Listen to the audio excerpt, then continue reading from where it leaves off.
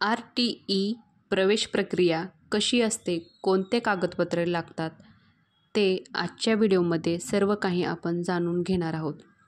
शिक्षणाचा अधिकार सर्व वर्गांना समान बनवण्यासाठी भारतीय राज्यघटनेत शिक्षणाचा अधिकार RTEला वेगळी जागा दिली गेली आहे, जेणेकरून देशातील कोणत्याही बालक शिक्षणापासून वंचित राहू नये. त्याचबरोबर वास्तव स्थितीत अशी आहे की माहितीच्या अभावी काही लोक या अधिकाराचा लाभ घेऊ शकत नाहीत. तुम्ही टीव्हीवर पडेगा इंडिया तभी तो बडेगा इंडिया ही ॲड तर पाहिलीच असेल. स्वातंत्र्यानंतर वेगवेगळ्या धोरणाबरोबरच भारत सरकारचा एक मोठा उद्देश शिक्षणाला प्रोत्साहन देणे, सर्व वर्गांपर्यंत शिक्षणाची गंगा पोहोचवणे असा आहे. शिक्षणाचा अधिकार सर्व वर्गांना समान बनवण्यासाठी भारतीय राज्यघटनेत शिक्षणाचा अधिकार RTEला वेगळी जागा दिली गेली आहे, जेणेकरून देशातील कोणताही बालक शिक्षणापासून वंचित राहू नये. त्याचबरोबर वास्तव स्थितीत अशी आहे की माहितीच्या अभावी काही लोकांना अधिकाराचा लाभ घेऊ शकत नाही आहेत. RTE अर्ज करण्यासाठी आपल्याला कोणते आवश्यक कागदपत्र लागतात? प्रवेशयोग्य मुलांच्या आईवडिलांचा सरकारी ID जसे ड्रायव्हिंग लायसेन्स, मतदान ओळखपत्र, आधार कार्ड, रेशन कार्ड, जन्माचा दाखला किंवा पासपोर्ट, मुलांचे ID कार्ड. पालकांनी मुलांचे कोणतेही सरकारी कागदपत्र सादर करावे. जात प्रमाणपत्र RTE प्रवेशासाठी एक महत्त्वपूर्ण कागदपत्र आहे. उत्पन्नाचा दाखला, पालकांचा चालू वर्षातील महसूल विभागाने दिलेला उत्पन्नाचा दाखला. मुलाला जर विशेष वैद्यकीय सुविधेची गरज असेल, तुम्हाला आरोग्य विभागाकडून उचित प्रमाणपत्र प्रदान केले जाईल. बेघर मुलं किंवा प्रवासी कामगारांच्या मुलांच्या प्रवेशासाठी एक प्रतिज्ञापत्र तयार करणे आवश्यक आहे. प्रतिज्ञापत्र कामगार विभाग, शिक्षण विभाग व महिला विकास विभागाकडून जाहीर केले जाईल. मुलांचा पासपोर्ट साईज फोटो, जर बालक अनाथ असेल तर मातापिता दोघांचे मृत्यू प्रमाणपत्र आवश्यक आहे. प्रवेशासाठी अंतिम तारखेच्या आधी सर्व काही कागदपत्रासह अर्ज सादर करावा लागेल. RTE प्रवेशाची अंतिम तारीख सामान्यपणे प्रतिवर्षी एप्रिल महिन्याच्या दुसऱ्या किंवा अंतिम आठवड्यात असते. RTE प्रवेश प्रक्रिया काय आहे? सर्वात आधी परिसरातील शाळेची माहिती घ्या की कोणत्या शाळा RTE अंतर्गत येतात. जर सरकारी शाळा तुमच्या घरापासून लांब आहेत तर जवळच्या खाजगी शाळेविषयी माहिती घ्या व जाणून घ्या की तेथे RTE अंतर्गत राखीव कोटा किती आहे की नाही आहे. तुमच्या परिसरात RTE अंतर्गत शाळा असल्यास संबंधित शाळेतून RTE अर्ज घ्या. एका मुलासाठी एकाच शाळेत RTE फॉर्म भरू शकतात. तुम्हाला ऑनलाईन फॉर्म भरू शकतात. फॉर्म भरण्यासाठी त्याची प्रिंट काढून घ्या. त्यानंतर प्रिंट कॉपी आवश्यक कागदपत्रे जोडून शाळेत जमा करा.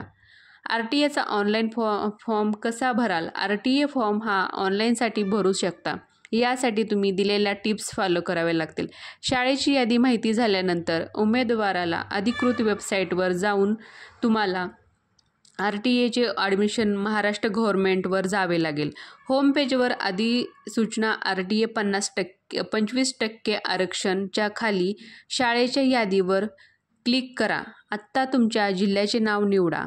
त्यानंतर ब्लॉकमधील शाळेच्या यादीवर क्लिक करा. त्यावर क्लिक केल्यानंतर शाळेची यादी व प्रवेश फॉर्म तुमचा कॉम्प्युटरवर स्क्रीनवर दिसू लागेल. हा फॉर्म राज्याच्या शिक्षण विभागाच्या अधिकृत वेबसाईटवर एक निर्धारित कालावधीमध्ये उपलब्ध असतो. हा फॉर्म प्रत्येक वर्षी मर्यादित कालावधीसाठीच वेबसाईटवर उपलब्ध असतो. मुदत संपल्यानंतर हा फॉर्म संकेतस्थळावर उपलब्ध नसतो. फॉर्म भरताना पालकांना या गोष्टीची काळजी घ्यावी लागते. फॉर्म मुलांचे संपूर्ण नाव, ठिकाणाचे नाव, लिंग व अन्य माहिती अचूक भरावी लागते. फॉर्म भरण्यासाठी सबमिट बटणावर क्लिक करून फॉर्म सबमिट करू शकतात. तुम्हाला ऑनलाईन फॉर्म अर्ज सरकारच्या वेबसाईटवर मिळू शकतात. वेबसाईटमध्ये तुम्हाला RTE ॲडमिशन महाराष्ट्र गव्हर्मेंट पोर्टलवर युजरवर तुम्हाला जाऊन तेथे भरावा लागेल. RTAचा निकाल आणि त्याची लॉटरी सिस्टीम कधी असते. RTA अर्जाचा निकाल खाजगी शाळेत मुलांच्या आईवडिलांसमोर लॉटरी पद्धतीने काढला जातो. त्यानंतर प्रत्येक लॉटरी सिस्टीमनंतर प्रवेश प्रक्रियेची तारीख निश्चित केली जाते. त्या तारखेला मुलांच्या संबंधित शाळेत प्रवेश निश्चित होतो. RTA महाराष्ट्र प्रवेश ऑनलाईन अर्ज नियमावली काय आहे. प्रवेश घेण्यासाठी सर्व पालकांनी गर्दी करू नये. तसे प्रवेश घेण्यासाठी जाताना बालकांना आपल्याबरोबर नेऊ नये. RTA प्रवेश घेण्यासाठी शाळेकडून प्रवेशाचा दिनांक अर्जात नमूद केलेला असतो. दिनांक अर्जात नमूद केलेल्या मोबाईलवर SMS द्वारा कळविण्यात येतो. परंतु पालकांनी SMS वर अवलंबून न राहता RTA पोर्टलवर ॲप्लिकेशनवर डिटेलवर टॅब क्लिक करून प्रवेशाचा दिनांक पाहावा. प्रवेशाकरता SMS द्वारा सूचना प्राप्त झाल्यानंतर शाळेत जावे.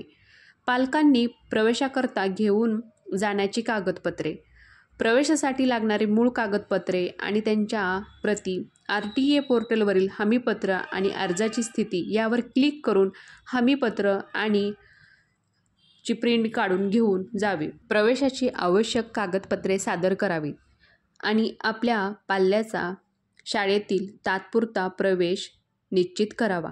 शाळेच्या प्रवेशद्वारा प्रवेशाचे वेळापत्रक लावले जातात.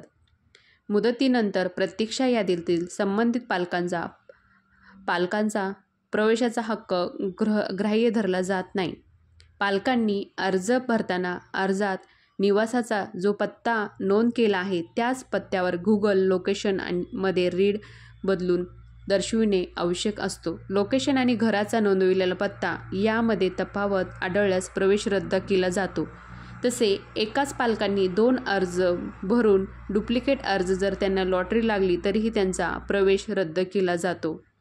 आजच्या व्हिडिओमध्ये तुम्हाला RTA विषयी माहिती कशी वाटली ते नक्कीच कमेंट करून सांगा. तोपर्यंत असेच नवनवीन व्हिडिओ माहिती विषय घेऊन येण्याचा मी प्रयत्न करेल. तोपर्यंत धन्यवाद.